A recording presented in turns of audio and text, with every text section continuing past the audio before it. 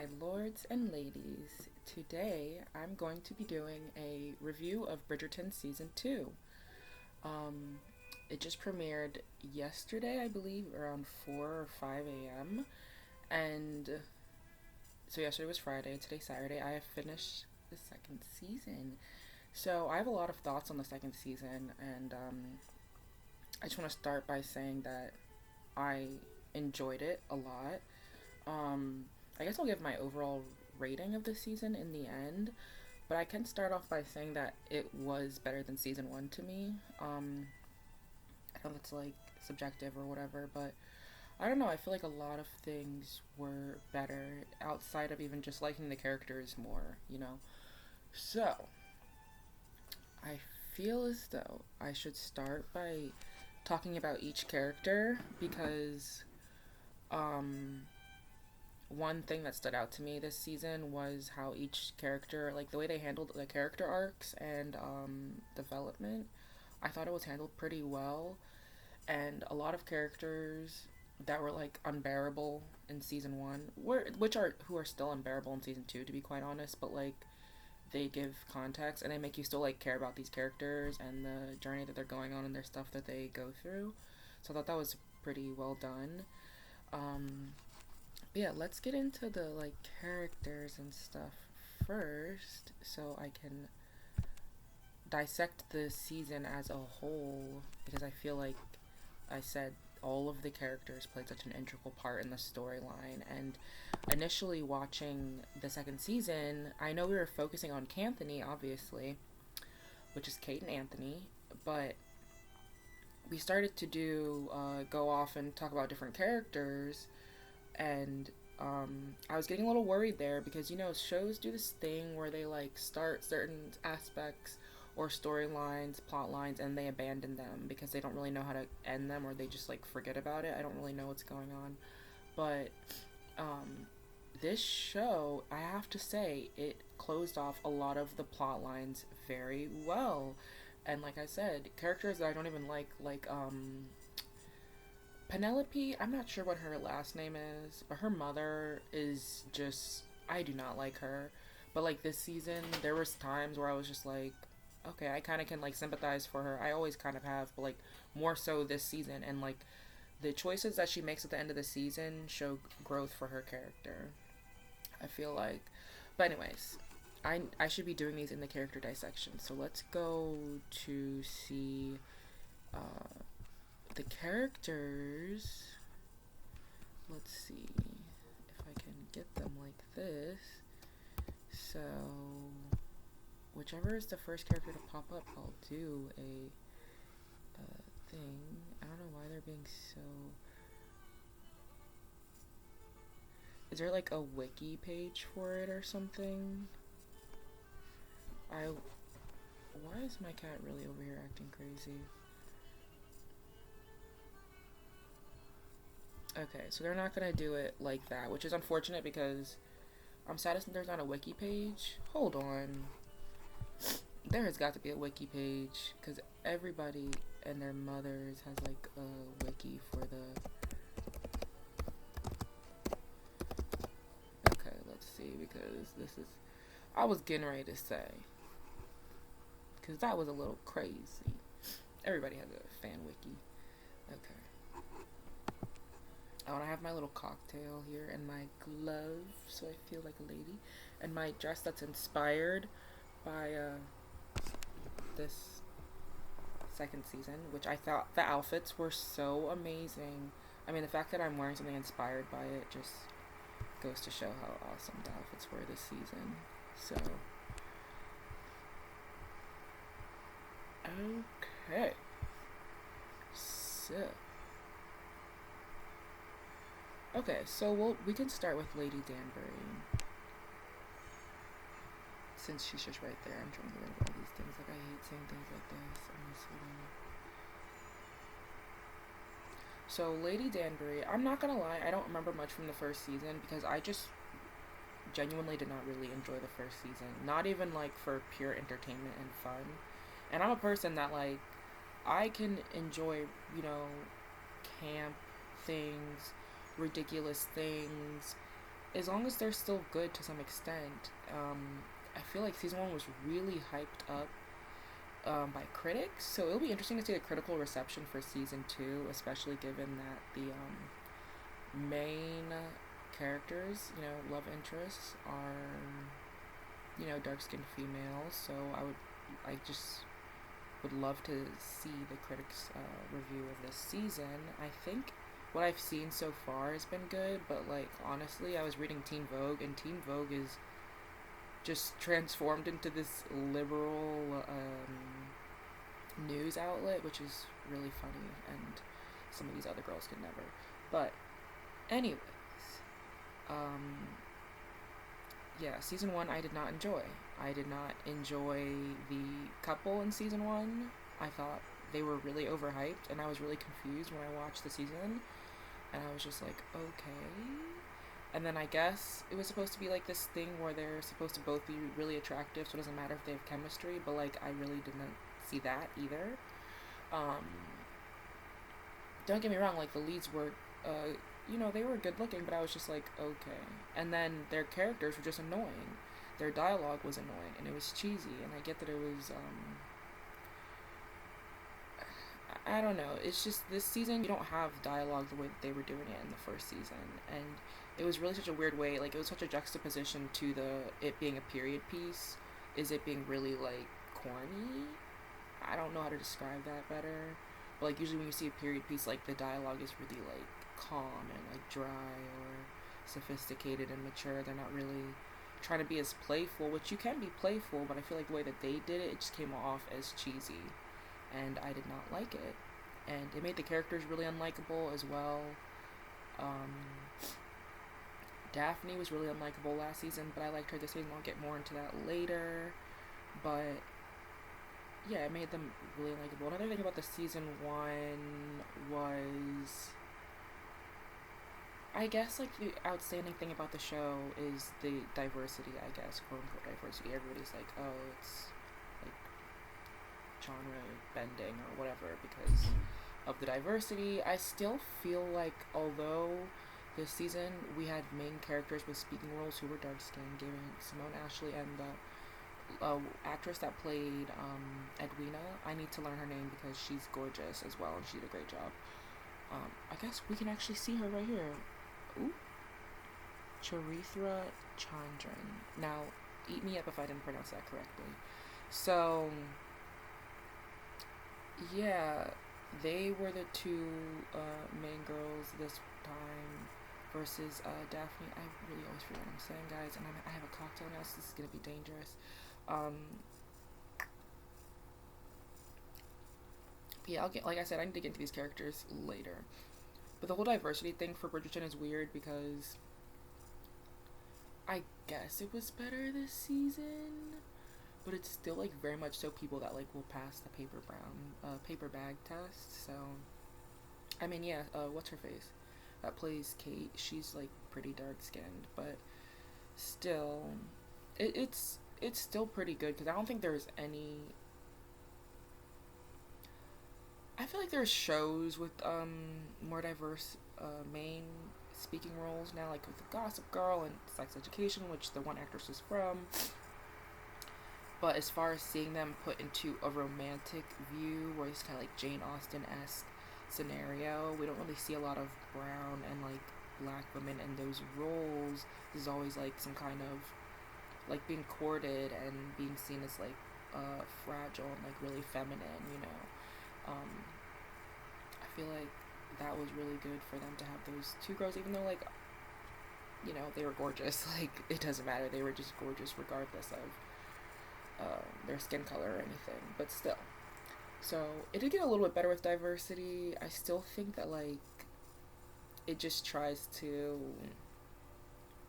like it does great things, but at the same time there's certain times where I just feel like they're just like trying to flash a diversity card really quickly, like here, yep, we did it, so y'all can't say anything. But it was a bit more diverse this season. I saw a lot more Asian characters.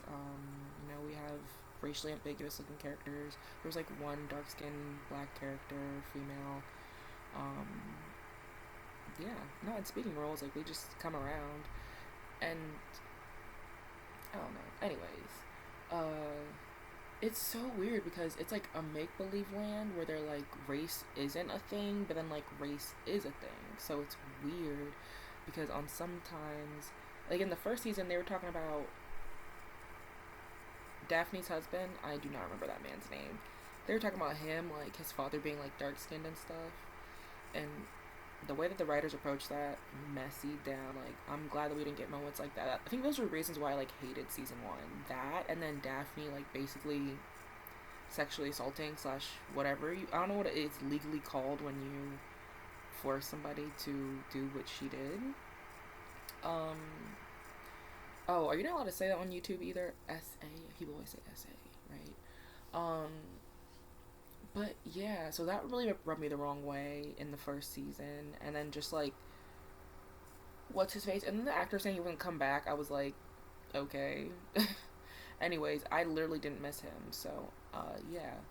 And then he was all upset because of his father, and he was like, "Oh, I'm never gonna have kids," and I was like, "Get over it. Like, I get it, but I also don't get it." And then all of a sudden, he was like, "Okay, I'm ready to have kids," and the writers do that a lot. They do it in the second season too, where there will just be like this huge thing where two characters are like, no, like this cannot happen under any circumstances. This could never ever be. And then like all hell breaks loose because they don't want this thing to happen.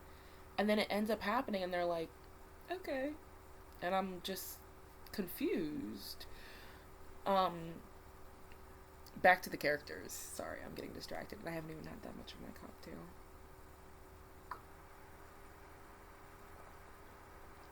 Lady Danbury. Don't remember much about what she did in season one. I'm sorry, I just don't. She very much so gives like the like kind of, you know, Dumbledore-esque character. I don't want to say magical Negro character or like aiding character, but it's especially in season two, like it was kind of giving that because every time she came around it was to help another character and solve their own problems, but also these characters were like, I mean, they were brown and black as well, but I feel like that's just like her overall role. That's why I was saying I don't really think that she's a like magical helping character, whatever the trope, however you call it. But I mean, but then there's like times when I was trying to search deeper and she would talk about her past, but then she wouldn't really get that much into it. But like, you know, she had this past, and when she was, it was to always teach another character a lesson. So I was just like, okay, whatever. I mean, and then at times in the second season, it very much so felt like she knew that Kate liked Anthony the entire time and just didn't really do anything about it. But like sometimes you were like, oh, she's Team Canthony, and then like there was other times where she was just like telling Kate off, and I was like, huh? And then there was other times where she was like, follow your heart, and she was like, but don't ruin this wedding, girl. And I was like, okay.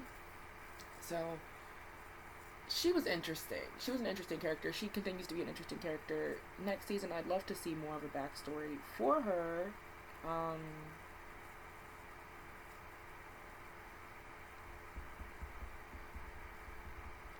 Yeah, she was pretty good this season overall. Like, she was really nice. She was the voice of reason, and she helped a lot of the characters. I would really love to see more of her dynamic with the Queen next season. I would be really interested in seeing that.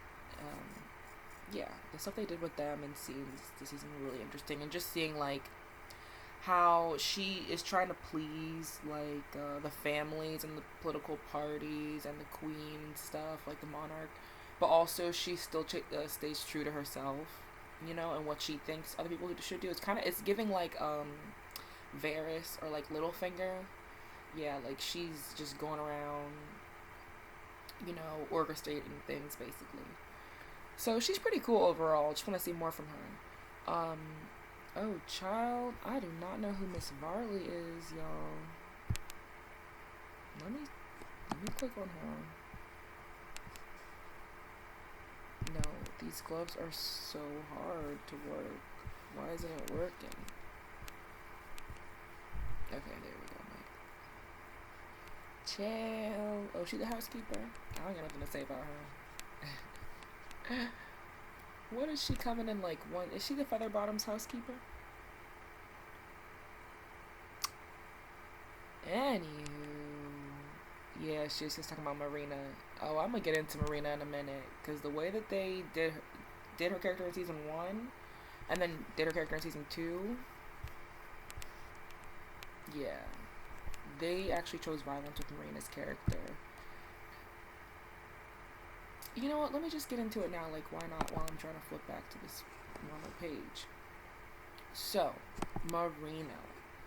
Another reason why I didn't like season 1. See, I thought it was just like those reasons. There was a lot of reasons to dislike season 1. Like, anyways, I actually wasn't even gonna watch the show until my boyfriend started watching it because he thought it was like some period piece, and then he was like, "Oh wait, this is like corny."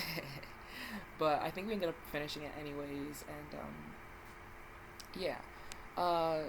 Marina. That was a huge turn off for me for season 1, just the way that they handled her character overall. She definitely is an emotional punching bag for the show.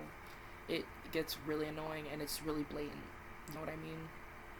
So I don't really remember like too much. I just remember like her suffering in season 1, like her coming. They were trying to get her out to get courted, and everybody liked her. And then Colin fell in love with her, but then she really had this like soldier back home. It was like just like a lot of right person, wrong moment like times. And then they were like, "Oh, she's pregnant," and I was just like, "Bruh." It was just a lot with her character. It was like she could never win. It was too much. And then like she found out her baby father died, and then like his brother was like, "Oh,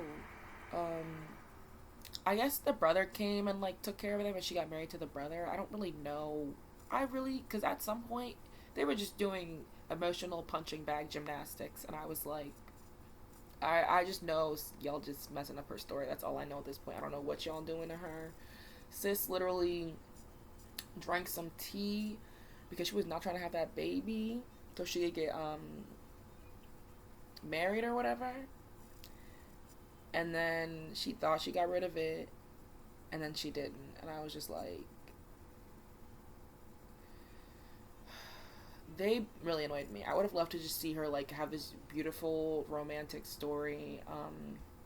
And then here's the thing about season 2: the writers had a chance to fix that, because I really don't feel like there was a reason for Marina's character to be treated the way that she was treated in season 1. And then if you look at the plot overall, does it affect the plot in any way? Anything that happened to Marina, does it really affect the plot in any way?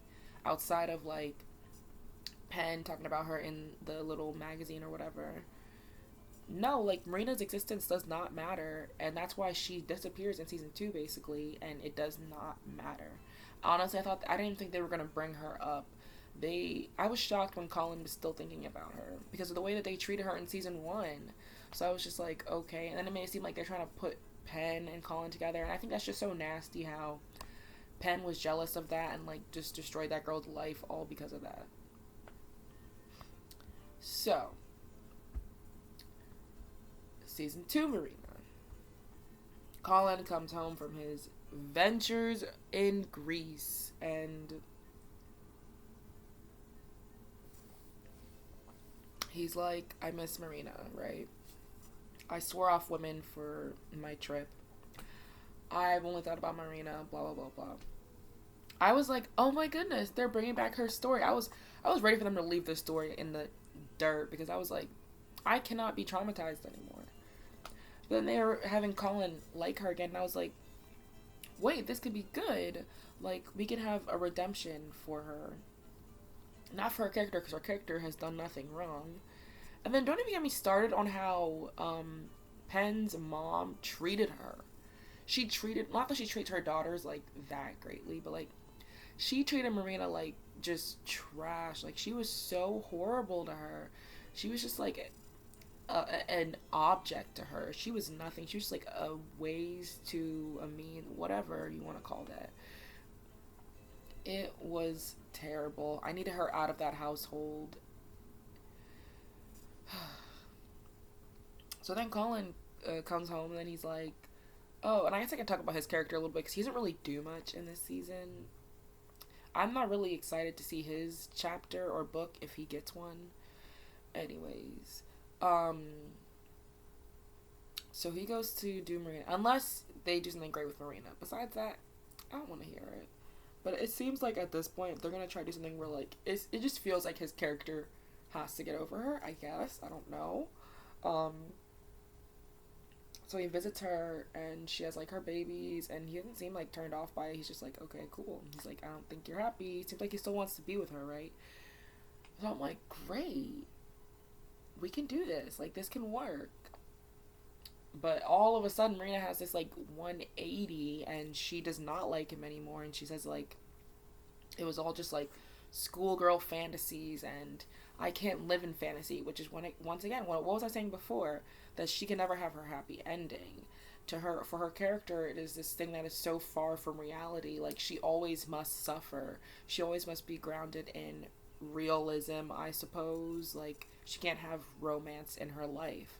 And I feel like that's such a bigger, like, overall message, whether it's intentional or not, with especially with the only black character that has lines in the show. She might have had the most lines outside of Daphne's husband. I don't know how much Lady Danbury was in the first season or the Queen, but, like, she might have had the most speaking role outside of, what's his name? Reggie something? Anyways, so of course he gets there. He's like, I love, basically alluding to the fact that he still has feelings for her, and she's just like so angry, and she's like, no, no, no. And I was like, okay, well, she's just like doesn't. She's just trying to, like, you know, not talk to him, but she still likes him. And then she's like bringing up Pen, and she's just like, I'm fine, and I'm just like, are you though? Like, how convenient is that? How convenient is that when he finally gets to her, she's just like, no, I have this husband now and I'm chilling. And then, like, the husband comes in and she doesn't seem like she dislikes him, but she just seems annoyed by every word that he utters. So I'm just like, why are we in this scenario? She's like, I have my children and I'm fine. And I'm like, but you can have more, so why not have more? I just don't understand. I don't get it. And then Colin leaves all upset. I feel as though that's not going to be the ending to their story, though, and I really hope it isn't. And I feel like it's not going to be because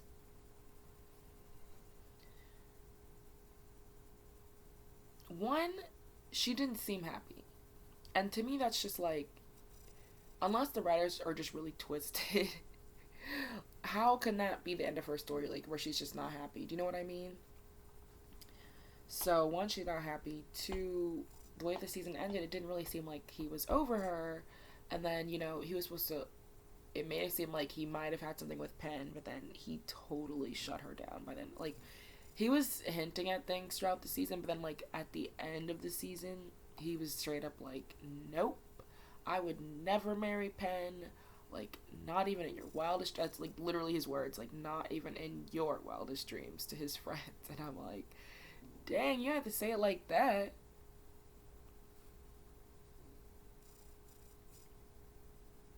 Mm-mm.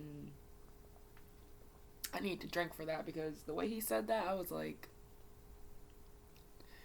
and y'all wonder why she'd be running to her little magazine and typing about all of y'all. Maybe it's deserved. It's giving Lexi's play. But so that's what I have to say about Marina and Colin. Like, I guess whatever, when we see his love story, I need Marina redemption. Even if they don't end up together, like, I need Marina redemption through that, because they were able to use, you know, Canthony's storyline to progress so many other characters very strategically, I might add, this season. So, next character is Kate. Oh my gosh. And then Anthony's right after her. So I'm just going to go ahead and go into their characters. So Kate is awesome. I love Kate. I feel like, so, okay, so I'm just going to, like, quickly compare her to Eloise. is that her name? Yeah, the one daughter that's like really feminist. Because I think it's really interesting that Eloise, like, she prides herself in being a feminist, and that's like her identity. She makes it known. But she's a very unlikable character. A lot of people, I mean, I don't know, maybe I'm wrong, but I feel like a lot of people don't like Eloise's character, which is funny because, you know, if this had been, I don't know I'm trying to figure out if they intentionally make her obnoxious. Truly, I don't know if it's intentional or not, or if they're just trying to like, or if it's like a caricature of that kind of person, or if they're being wholeheartedly serious with her. So I find it interesting that like she's like this feminist character, obnoxious, insufferable, and then you get Kate who comes in and she just like naturally oozes this, you know, feminine strength, right? She comes in her first scene, she's riding a horse and she has like this cloak on. You're not really supposed to know if it's like a man or a woman, you know, like first of all, like, they just ate with the scenes. Oh my goodness. Anyways, she comes in, her hood falls off, and she's like all cool, and she's like talking about how she's gonna be a lady. Like I feel like Eloise talks a lot, but yeah, she's still like young. But Kate is really what she wishes she could be, which is why Eloise kind of likes Kate, which I think is really cool. And I think Kate might be able to help her later, and I hope she helps her, especially when she's like trying to find love in her little season. But yeah, I feel like Kate very much so is that like quote unquote feminist character. I hate to use that word, but she is like that strong female character, which is funny because Eloise is, that's her character trope basically, is to be a feminist character. But she's not, she doesn't really do much. She doesn't really do anything. She's like, yeah, she's smart and she reads a little, but she even like at some point says she's not even like that smart, you know? She's not smart enough to be Lady Whistledown. And I'm like, okay, then what do you contribute? It's like, I'm just joking, but Kay is amazing. She can really do no wrong in my eyes. I'm sorry, I don't know what else to say. Her love hate, because we're just going to go ahead and go into Anthony. Her love hate relationship with Anthony is so, it was entertaining to watch. It was so entertaining. I was at the edge of my seat the entire time. Um, Enemies to lovers, whatever you want to call it. It was great.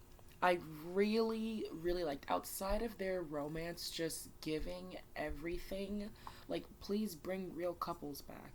This is, they gave what needed to be given.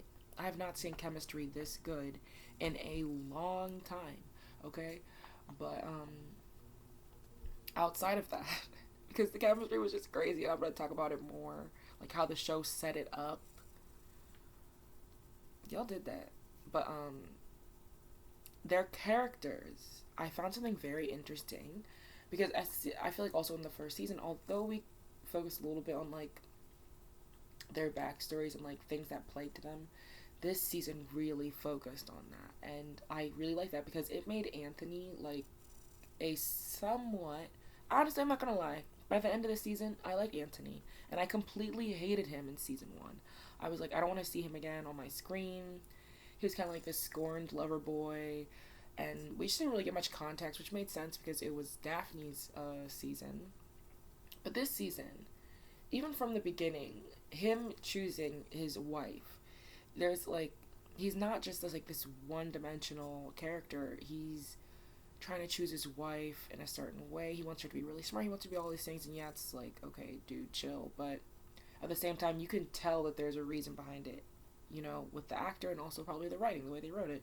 They want you to know, oh, okay, he's acting like this. He's a different Anthony than season 1. He's a little bit more, like, focused, obviously, because he's finding his wife. But it's all about, like, duties. And that's why I love how him and Kate's character are, like, paralleled when it comes to that. And in the end, they kind of realize they both feel all this pressure to do all these things for their families.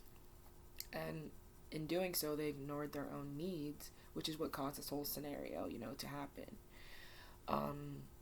I love that, and I like the scene where, although his hair in the flashbacks was just, I did not like it, but I love the scene, not love, but it was really devastating, the scene where, they showed the father dying, and like it's so interesting because I was like, oh my god, why didn't they put this in Daphne's? Like, I mean, maybe they mentioned it, but like, why didn't we get this much? But then it's like, it didn't. It probably wouldn't have affected her the same way that it affected him. And the way that it affected him was crazy because they could have just put that death scene in there, but like, okay, kind of like they did with I don't know that other guy's name, Daphne's love interest. They had kind of like this one traumatizing scene, and then like he just kind of had like this internal conflict the entire time. But this season they decided to like shell it out more. So we had multiple scenes in the past, but I feel like they also just gave a lot that needed to be given. With the mother, even showing how he had become the man of the house, and there were certain things that he had to do that he didn't realize he had to do. He had to take care of all of his siblings, and he even had to take care of his mom, who's a grown woman, which is crazy. But back then, that's what you had to do. And there's this crazy scene, which I feel like really showed like the power of how much like it weighed on him. When the mom's giving birth, and this doctor's like, okay, what are we gonna do? What are we gonna do? And she's like, why are you asking him? And he's my son. And he's really confused, and she's like, he's asking you, like, if you're going to, if it comes down to it, like, are you gonna keep the baby, or are you gonna keep me alive? And it was just so crazy, seeing all that. I mean, he literally saw his father die, and then his mother was just really obviously depressed about it, and he probably just didn't know how to handle that yet as a kid. So maybe he wasn't able to process those emotions the way that she did. I don't think he ever really I don't think grief ever really ends, I think it just comes and it goes, and some days it's better than others. But like, he very much so was probably really young. I don't know how young he's supposed to be in those flashbacks, but yeah, that's a lot. And he didn't handle it the same way as mother. His mom decided to like let all of her emotions out, and she kind of fell apart and started to neglect the family a bit, and more importantly, neglect Anthony, who was lost and didn't have anybody to guide him anymore. And yeah, it was just really heartbreaking to watch those scenes and give context to why he is the way he is. I feel like it was well done, and they even fleshed it out more in the present time with his mother. They would have conversations like, as I think Anthony grew, him and his mother started to have more conversations, and ultimately she kind of apologized for what had happened. And I think at the same time, he didn't really need the apology at that point, because he realized that people are just really complicated and flawed, and you can't really see all those nuances when you're younger. But as you get older, you start to see them and understand why your parents, maybe something that you saw as black and white when you were younger, like, oh my gosh, like, my parents did this was so bad. And then now that he's more mature, he's like, oh, okay, I see like why you did what you did. But at the same time, like, you left us hanging, but like, okay, let's heal now. So that was really cool, I thought, that they did with Anthony's character. I also think Kate aided in that development, obviously.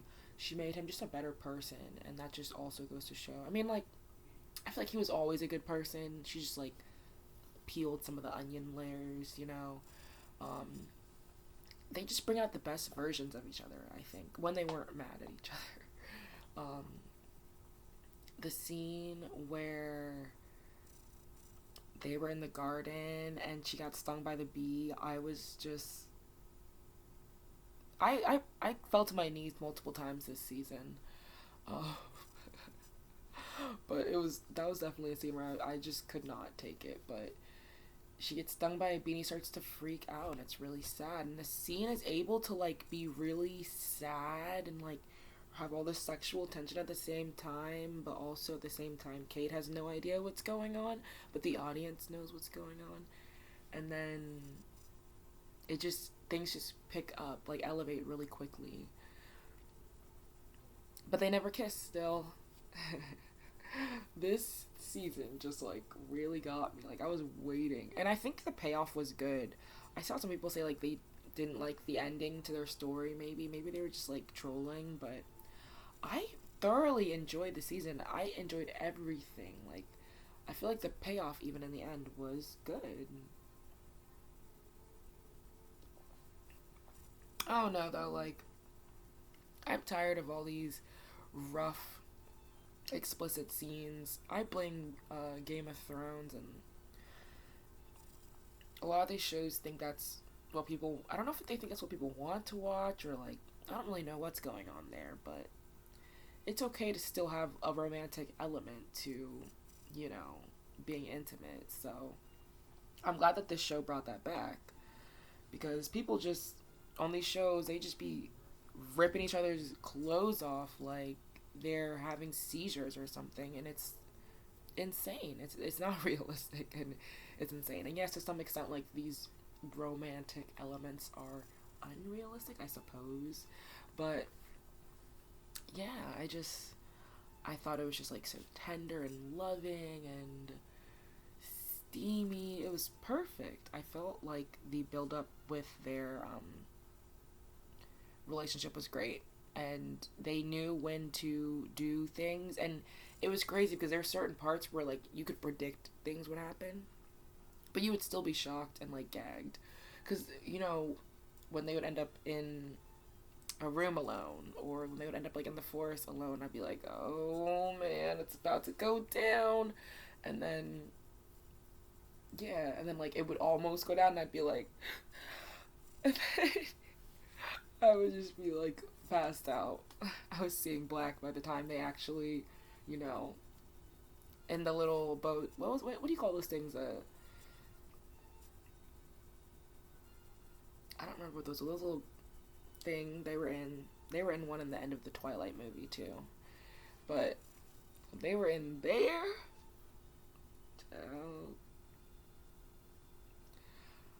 it was too great. It was excellent. Like the flavor, the chemistry, and okay, so they had flavor, they had chemistry, and the writing for the relationship is good, because sometimes you can have good chemistry, but the writing isn't there, and no flavor is there, right?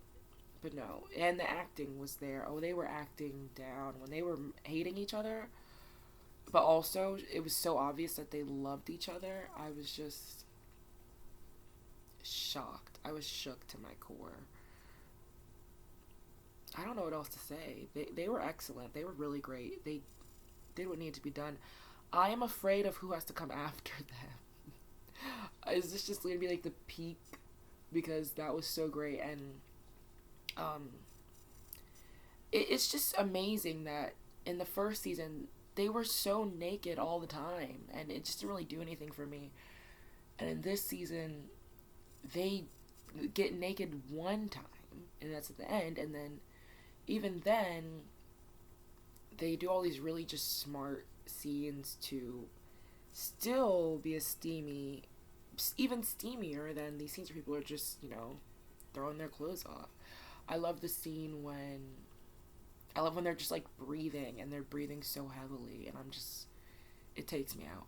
I love the scene where just getting out of the boat and he accidentally kicks the dog and falls in the water, and then he comes out of the water and he's like taking off his tie and stuff, and I was just like, whoa, this is amazing. And where they're going hunting and he's helping her. There's a lot of really good scenes there. Y'all need to take notes. Or when, oh my goodness, the scene at the wedding when he was getting married to Edwina, and then Kate dropped her bracelet on purpose. I feel like, I don't know, maybe it was an accident, who knows. But she dropped her bracelets, and then like he reaches down to grab them, and he just like touches her hand for like a century. And I almost passed out again. So I feel like they did what needed to be done this season. Edwina. Let's get into Edwina now, because we've talked about Anthony. Like, I've talked about... I could keep talking about them. I really could, so I'm just going to stop myself now. Edwina was a great character as well. I really liked her. I feel like More could have been done. More could have been done with her. She was way too oblivious to their relationship because even like Lady Danbury was catching on to it, and Edwina, like you were literally always around them. How did you not know? And then I was seeing some things online. I have not read these books, so yeah. Some people online were saying that. Sorry, my voice sounds like this. I have a cold. Some people online were saying that in the books, Edwina actually kind of like figures out sooner, and she kind of like is trying to help them. So yeah, I feel like that's unfortunate that they chose to take that route of like doing a weird love triangle, which really wasn't a love triangle because I don't even think that Edwina was ever really in love with Anthony. I think she was just like in love with the idea of him, and she really didn't know him like that well. And I think she was trying to. She's a lovely girl, but I think she was like really trying to like force it ultimately, even if her sister was not there. Anthony like was really not all the way in it at the end of the day, and I don't really think her heart was all the way in it either. So yeah, I was just really unfortunate to see like how they chose to what they chose to do with her character. And then they even make a note to say that she's a really smart woman from like high society. But you're mean to tell me she's this intelligent and she doesn't notice that her sister and her fiance are making googly eyes? So, I mean, I get it, plot devices or whatever, and I feel like overall the way they handled it was okay because this is what I was talking about where I was saying they'll sit here and act like this one thing is nearly impossible and then they get to the end and they're like, oh, never mind. And it happened with Edwina and Anthony's marriage. Everybody was like, from the beginning, literally, as soon as they laid eyes on each other, they were like, we can't go back now. This is your choice. Like, Anthony just kept saying, I can't go back now. And then when he literally could. And then, like, they would get deeper into it and be like, we can't go back now. Like, this would be embarrassing. This would tarnish our names. And it's like, okay. And they got all the way up to the altar, didn't get married, ruined their family names, which is like, this is the whole reason, like, all of these things were happening for, like, 5 episodes. And then, just for the queen to pop up at the ball and be like, oh, y'all got something to say? That's what I thought. Keep it cute. And basically, the Bridgertons were clear. I was just like, okay, that was pretty easy. If that's all that needed to be done, they struggled for like 2 episodes. And they didn't even really struggle. They still had their nice little house. They still had their nice family. Like, they was just mad because when they went on a stroll, people would turn their noses up. Anyways, that was kind of annoying. That's why I said I feel like Edwina was just basically used mostly as a plot device, and we could have done so much more with her. It would have been cool to see her, kind of get a hint that something was going, like, not right with their marriage, and then having another love interest or something. It was just too much, but, and I just feel like overall it's a disservice to her character in many ways. Once again, she's a smart woman. Second, she just is such a likable character. Why just use her like that, So, and then at the same time, you have this ship, Anthony, who is so likable, and you're making me, like, want them to be together, but also, I really like Edwina. And I get it, it's, like, spicy or whatever, but I don't think it really gave what y'all thought it was supposed to give, so,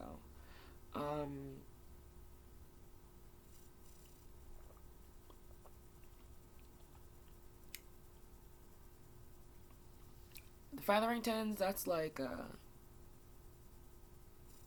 okay, that's Penelope and them. Penelope's sister, I don't really have much to say about them. I really just have a lot to say about Penelope and her mom, mostly. But her sister is raggedy, and she's no good, and she's nasty. Because the way she was talking to Penelope, and y'all wonder why she'd be writing dirty about y'all and Lady Whistledown. Anyways, yeah, the one sister that got married, she was just nasty down. First of all, baby, get up. Like, you're about to marry your cousin, get up. Penelope, let's get into her. Because Pen, I did not like her in season one. I didn't hate her. Like, there's characters that I disliked more than her. Although what she did to Marina was nasty. I did not hate Penn after season one. I was a little shocked when they revealed her as Lady Whistledown in season one, and I was just like, where are we gonna go from here? And they gave a little bit, like they kind of gave with her character. In the beginning, she was running around town with all these accents, and she was acting down. And yeah, I just thought they did a lot of interesting things with her character this season. Even with like her relationship with Eloise, I think Eloise is a terrible friend. She's not a good friend to Penn, and it's really unfortunate. But she's just not a good person, really. Like, Eloise is really obnoxious. But Penn, once again, they're adding context and nuance to her situation. You see how people treat her all around her, and it's not necessarily people like treat her like too poorly. She's just kind of like invisible to people because I guess she's not supposed to be deemed like conventionally attractive, and I just think that whole dynamic of the show is bizarre. And I hope that she finds someone that actually likes her at some point. And then her turning around and being like vindictive and making Lady Whistledown. I mean, it's kind of deserved. Like, y'all want me to feel bad? I guess it's like this whole thing of, I don't know. Penn is such a complicated character. At the same time, she did what she did to Eloise because she didn't want the queen to catch on to her, which that was such like a random plot moment, but I guess they had to start to wrap up Lady Whistledown's character or do something with that plot line. So I just can't really hate her from what she's doing because it's too entertaining. One, she be in the corner chuckling while y'all just be spilling all your business at the balls, and it's kind of what some of you guys deserve, you know. So I really don't hate Penn. She just has the tea. I do wish that she would live her life a little bit more, and you know, I think she's grown to be a lot less resentful, but I do want her to stop pining after Colin because he just does not like her, and I just don't need to see that anymore happen. I don't need to see that anymore. We're gonna do better. We're gonna do more for her. She kind of like ruined Eloise's love life, but at the same time, like, I think the one thing that boy said, even though I did not like the love interest for Eloise, he was boring. First of all, a male feminist, run, girl, like, do not stick around. Second of all, he said something really, like, you know, he was just like, at the end of the day, you know, when there's has to be like reprimands for all these actions, you get to go home to your nice house and your family, and a lot of us don't have that privilege. Even Penn doesn't have that privilege of being able to go home because she doesn't have that support system. Like, Eloise has her brother, the one brother she's really close to, and just the rest of her family. Like, even though she's a black sheep, but not really, because her family doesn't take her seriously enough. They all still love her very much, you know, and they accept her for who she is, even after learning that she's like going to feminist meetings or whatever. They don't care. So there really are no consequences for her, which is just kind of annoying as to why she was really trying to come for Penn. Like, she really just has a lot of nerve coming for people in general when she runs around, does whatever she wants, faces no consequences, and that's why she's not a good friend. And I hope she can have some like more self-awareness next season, because that would be the feminist thing to do. Eloise, her love interest was not giving. Like I said, male feminist, run. He gagged her a couple times though. It was deserved. And outside of him being like a male feminist character, which was like, okay, they just didn't really have chemistry. Like, it just was not giving anything at all. So yeah, thank you. Next. And let's see. So Penelope's mother, don't know her name. Okay. She was giving this season. She was scheming down. Actually, she was not giving this season. I don't know what I'm saying. Sorry, I've had too much cocktail. She was giving a little bit at the end. I was kind of like, okay. Because at the end, she chose her daughters, but in like the right way. She got her daughter out of that whack marriage. And then she pulled a little 1-2. And she was like, baby, you go back to the Americas, okay? Take this little coin. This will get you enough to get there and whatever. I'm gonna take the majority of the coin, and we're gonna keep this hush hush because it just doesn't really look good for you, okay? Yeah, thank you. And she did what needed to be done at the end of the day. And even though she gets on my nerves, she got her family, like, she rides for her family, and she did what she needed to do to protect them. But also, I do feel like her ambitions are, like, kind of superficial as far as she wants more than just security and, like, a home. She wants more. She wants to be, like, really show-offy and stuff. So, kind of like beggars can't be choosers, But I'm glad at how she ended that. She kind of ended up on top. I would really love to see more from her character. She's kind of just like this. She's a girl boss. They're kind of evil, but it's okay. She gave at the end of the season, and I just hope that she can be a better, like, mother in the sense of support, because I think she provides for them, but as far as being supportive and teaching them, valuable lessons in life and how to love themselves and stuff, she could do a little better with how she treats them. But I do love that she, in the end, did not fall for that guy, like him trying to, like, kiss up on her and stuff all the time. She did not fall for that, and she was just like, okay, boy, bye. So I loved that for her. Daphne, okay, insufferable in season 1. This season, I get it. She's older. She's a mom now. She's more mature. She was a lot better. I love when she gagged her brother. She was like, is this what you really want? She saw them arguing, and she was like, oh, I've seen this movie before. And she knew immediately. Because when Edwina was talking about Kate, you need to go camping with Anthony. Not Phoebe, sorry. That's the actress name. Daphne was like, really? You just gonna let them... Did you see them in the garden? Like, she was just like, okay. No, and she instilled some words of wisdom for her brother. I loved her this season. I'm not gonna lie. She was giving this season. I'm happy for her. Because there's no reason for her to be, like, unlikable. Like, I like the actress and all that, etc. She's just a mother now, and she's chilling. She says her little lines, and they serve. So, the mother we kind of already talked about, like, how she became really depressed, and it just goes to show at any age we can all be flawed, and overall she's just a really good mother to her kids. I think still, like, she's always there for them, and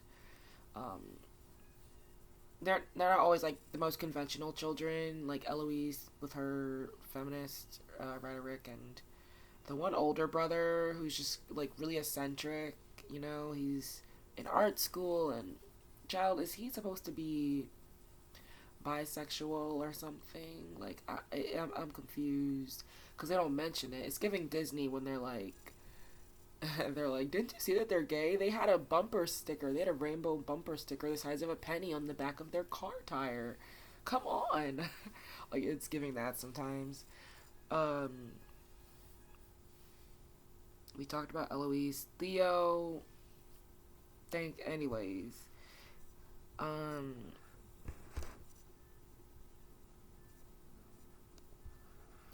The last character I think I want to talk about here, I hope I don't regret it, and I have another character I want to talk about, is the one guy that owns the boxing place or whatever, the bar. Y'all already were just being weird with his storyline in season 1. And then in season 2, you're gonna, like, have him come around, like, every now and then to, like, try to save his business. And it served for a good plot point. I think it really helped with the cousin that was scheming, the Featherbottom's cousin. I think it really helped for that, and he ended up, like, exposing him, and I really like that, because I was like, okay, this is a good way to, like, include him back in the story. I don't like his wife. She gets on my nerves. She is so annoying. Like, she's always trying to keep a man down. Like, I get you trying to pay your bills, Pooh, but like sometimes you gotta have dignity as well. So, he was just doing what he had to do. His business is gonna be booming now. I'd like to see more of him in the next season, doing whatever he has to do. And the wife, you know what? I have nothing to say. She's just nasty. But yeah, I thought they were gonna like screw him over at first, and I was like, he better not be the next Marina, you know. So all in all, this is my rating of that season because those are all the characters. I talked about the plot basically. I told you the ending had a payoff that I personally enjoyed, and I just hope that they can do season 3 is just as good as season 2. I don't think it will happen. I'm telling you, this was and will be the best season of Bridgerton. Um, like yeah, they're gonna be talking about this season in the history books basically, and my rating of this season, I'll give it a 9 out of 10 just because there were some plot inconsistencies and I was just side eyeing some of them, but overall, it was just handled so well and beautifully, and it was fun as well. Like, it still managed to stay fun, and I think the dialogue also got better, and it made you feel more like you were in a period piece. Even the covers that they chose to do just like really fit in with the scenes and what was going on with the characters. So, like, the season was just excellent. I don't know what else to say. Even down to the set. The costumes were great. I think in the first season, the costumes were really good, but they're trying to, like, figure out their identity a little bit more. I feel like each season is going to have their own identity because it follows each Bridgerton, and the best art, it learns from its mistakes and it gets better. And I don't know if it's just the fact that it was a different story they were telling, or if the writers actually went back and were like, okay, maybe we didn't do these things as well. Let's change this up this season. And I think that that's what's going on because I even saw somewhere one of the writers were just saying that the seasons are going to follow the same kind of formula as season 2. So, yeah, I really loved this season of Bridgerton, and I will be watching the next couple of seasons. I hope that the actors, the main love interests is Anthony. They have confirmed that they will be back for season 3, which I'm really happy about. So I just can't wait to see what role they play. I hope it's a big role because we've seen with this season how characters can play important roles. So I hope to just see everybody again, and yes, I really enjoyed that season. I watched it in like 24 hours, and yeah. So thank you guys so much for watching my review and my thoughts on Bridgerton, and I hope you guys enjoyed it as much as I did. Let me know who was your favorite character this season, if you shipped Anthony or not, and who is I guess what you thought about it. Did you like it better than season 1? No? Yes? If so, why? Yeah, let's start a conversation. But either way, thank you guys so much for watching, and I will see you in my next video. Bye!